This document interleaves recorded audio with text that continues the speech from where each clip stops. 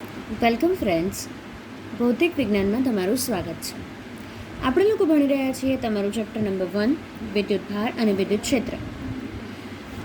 આપણે હવે અત્યારનો આપણો નવો ટોપિક છે કે ઘણા બધા વિદ્યુત ભારો વચ્ચે બળો. આપણે અત્યાર સુધી શું ભણ્યા છીએ કે આપણે લોકો કુલમનો નિયમ જાણીએ છીએ કે કોઈ પણ આપણી પાસે સપોઝ 2 વિદ્યુત ભારો આપેલા છે, તો હવે આ 2 વિદ્યુત ભારો વચ્ચે લાગતું જે બળ છે એ બળ કુલમના નિયમ વડે આપી શકાય છે. પણ હવે જો આપણી પાસે એક કરતાં વધારે વિદ્યુતભારો હોય, જેમ કે n વિદ્યુતભાર છે, એટલે કે ઇન્ફાઇનાઇટ n નંબર ઓફ વિદ્યુતભાર, એક કરતાં ઘણા વધારે વિદ્યુતભારો છે આપણી પાસે, તો એનું જે આપણે લોકો એની વચ્ચે લાગતું જે બળ છે એ કેવી રીતે શોધી શકીએ? તો એની માટે આપણે કુલમનો નિયમ વાપરી શકતા નથી. n વિદ્યુતભારો માટે કુલમનો નિયમ લાગુ કરી શકાતો નથી.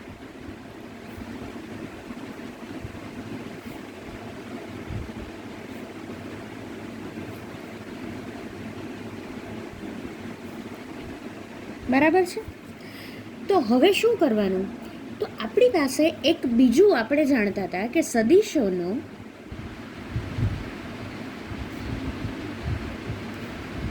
સમાંતર બાજુ ચતુષ્કોણનો નિયમ.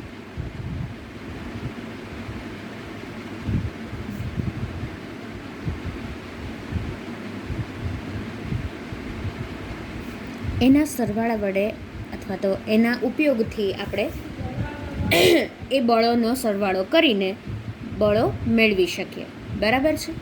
તો હવે આપણે શું જોવાનું છે? તો એ જોવાનું છે કે સપોઝ આપણી પાસે Q1, Q2, Q3, Q3 થી Qn સુધીના વિદ્યુતભારો હોય.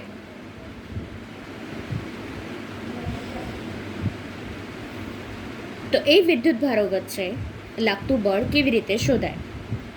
તો પ્રાયોગિક રીતે આપણે એવું ચકાસવામાં આવ્યું છે કે કોઈ પણ એક વિદ્યુતભાર પર બીજા સંખ્યાબંધ વિદ્યુતભારોને લીધે લાગતું જે બળ છે તે વિદ્યુતભાર પર લાગતા બીજા વિદ્યુતભારોને લીધે એક તરીકે લઈને લાગતા બળોના સદિશ સરવાળા જેટલું થાય. કારણ કે આપણે જાણીએ છીએ કે સૌથી પહેલી વાત કે બળ છે એ શું છે? સદિશ રાશિ છે. બરાબર.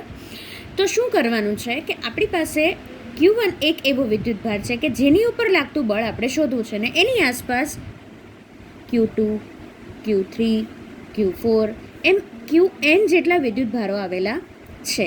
હવે આ બધાને કારણે Q1 ઉપર લાગતું બળ આપણે શોધવાનું છે. તો આપણે શું કરશું કે પહેલાં Q2ને કારણે Q1 પર લાગતું બળ, પછી Q3ને કારણે Q1 પર લાગતું બળ, એમ કરતાં Qnમાં વિદ્યુતભારને કારણે Q1 પર લાગતું બળ શોધવાનું છે. એ બધા મળી જાય પછી બધાનો શું કરવાનો છે? આપણે સદિશ સરવાળો કરવાનો છે. બરાબર છે. એની ઉપરથી આપણને ખબર પડશે કે આપણી પાસે જ્યારે ઘણા બધા વિદ્યુતભારોનું તંત્ર હોય ત્યારે કોઈ પણ એક વિદ્યુતભાર ઉપર બાકીના વિદ્યુતભારોને કારણે લાગતું જે બળ છે એ કેટલું મળશે. આ જે નિયમ છે એને કહેવાય છે સંપાતપણાનો સિદ્ધાંત. બરાબર છે. તો શું આપણે કીધું કે પ્રાયોગિક રીતે આપણે આને શાબ્દિક રીતે વર્ણવવું હોય તો કેવી રીતે વર્ણવીએ? કે પ્રાયોગિક રીતે એવું ચકાસાયેલું છે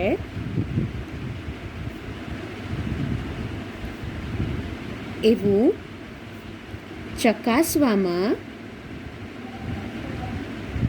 આવ્યું છે કે કોઈ વિદ્યુતભાર પર બીજા સંખ્યાબંધ વિદ્યુતભારોને લીધે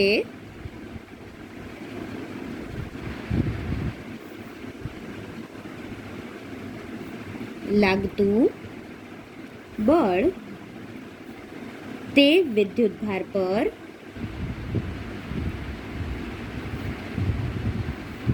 બીજા વિદ્યુતભારોને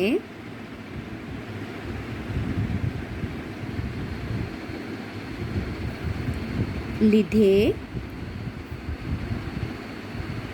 એક તરીકે લેતા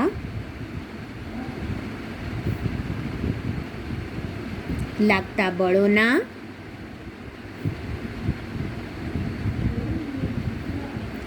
સદિશ સરવાળા જેટલું હોય છે.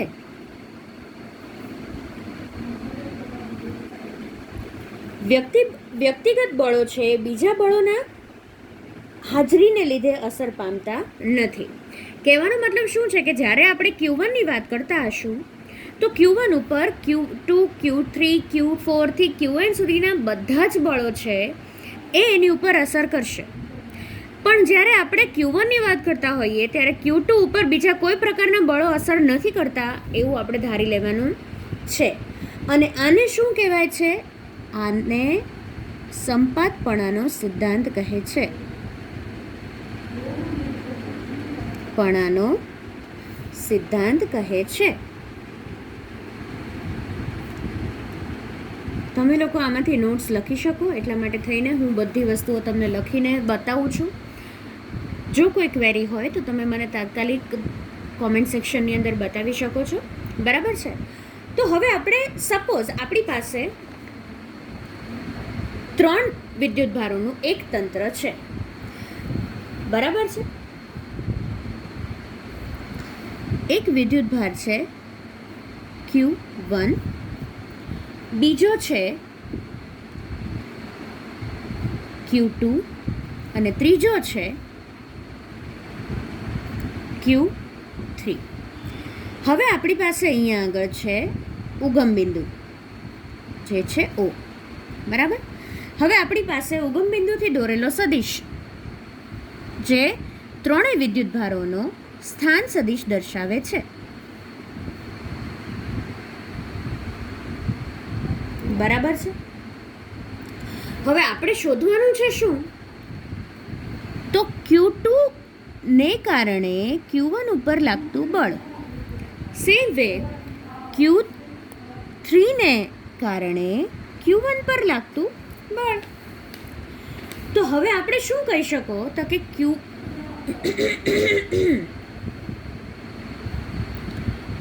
તો આ શું આપણે શોધવાનું છે? તો કે Q1 ઉપર લાગતું બળ. બરાબર છે?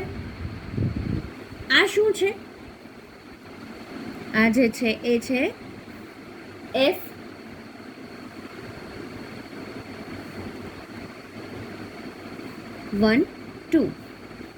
અને આ છે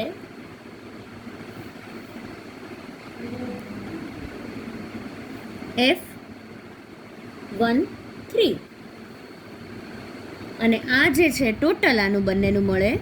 આવી રીતે આપણે જ્યારે સમાંતર બાજુ ચતુષ્કોણનો નિયમ લાગુ પાડીએ ત્યારે શું મળે છે આપણને અહીંયા આગળ? F1 એટલે કે Q1 ઉપર લાગતું ટોટલ બળ. બરાબર છે? આપણે આ શું કીધું છે? તો કે આ સ્થાન સદિશ છે બધા. આ R12 ની વચ્ચેનું અંતર છે એટલે એને R12 કહેશું.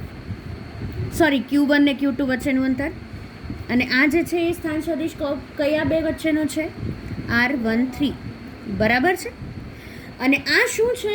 ઉગમ બિંદુથી જે દર્શાવે છે એ 3 સદિશ છે એ વિદ્યુતભારોના સ્થાન સદિશ છે R1, R2 અને R3. બરાબર છે? આ બધી જ વસ્તુ આપણે જાણીએ છીએ. આ શું છે? 3 વિદ્યુતભારોનું તંત્ર.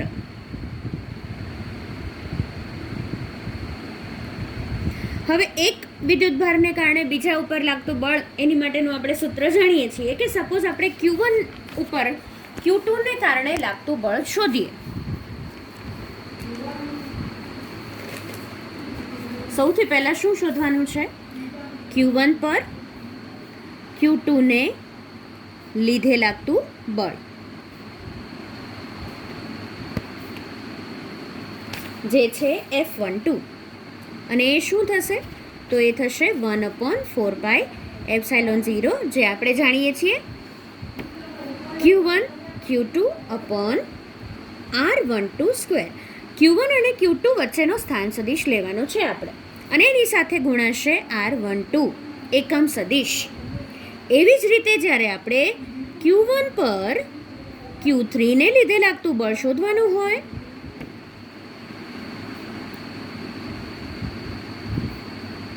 કેવી રીતે મળશે? તો F13 બરાબર 1/4πε0 તો કોમન જ રહેશે.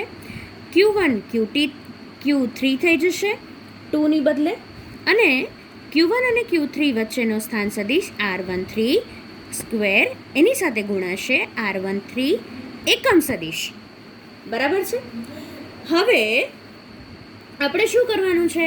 તો Q1 ઉપર લાગતું બળ કેવી રીતે મેળવવાનું છે? તો આ બંનેનો સદિશ સરવાળો કરીને જે મળશે F1 બરાબર F12 પ્લસ F13, જે મળશે 1/4πε0 Q1 Q2 upon R12 square multiplied by R12 એકમ સદિશ વત્તા 1/4πε0 Q1 Q3 upon R13 square multiplied by R13 એકમ સદિશ.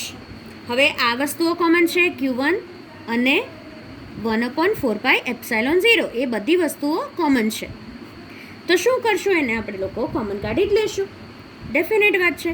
તો Q1 અપોન 4πε0 શું બચશે અંદર? Q2 ના છેદમાં R12 hall square multiplied by R12 સ્થાન સદિશ પ્લસ બીજા પદમાં શું બચશે? Q3 છેદમાં 1R13 square multiplied by R13 સ્થાન સદિશ. બરાબર છે. તો આવી રીતે જ્યારે n નંબર ઓફ વિદ્યુતભારોનું તંત્ર હોય અને Q1 ઉપર લાગતું આપણે બળ શોધવું હોય બધાને કારણે, તો આપણને કેવી રીતે મળશે? તો બધાનો સરવાળો કરવાનો થશે. કેવી રીતે કરશું? F1 બરાબર Q1 અપોન 4πε0 બધામાંથી કોમન નીકળશે, અને સાથે શું આવશે? Sigma I/2 to n QI upon R1I whole square multiplied by R1I એકમ સદિશ. તો આ થશે આપણા n વિદ્યુતભારોના તંત્ર માટે લાગતું બળ, અથવા તો આ છે સંપાતપણાનો સિદ્ધાંત. આની જગ્યાએ તમે 2 મૂકો ત્યારે 2 વાળું પદ આવે, 3 મૂકો ત્યારે Q3 વાળું પદ આવે, 4 મૂકો ત્યારે Q4 વાળું પદ આવે, એમ કરતાં કરતાં n સુધી દરેકનો સરવાળો થશે. બરાબર છે. તો અહીંયા સુધી આપણે રાખીએ છીએ સંપાતપણાનો સિદ્ધાંત. અહીં સુધી આપણે સમજવાનો હતો. જો તમને કોઈ પ્રકારની ક્વેરી હોય, કોઈ ડાઉટ હોય, ડિફિકલ્ટી હોય તો કોમેન્ટ સેક્શનની અંદર જણાવશો. Thank you so much.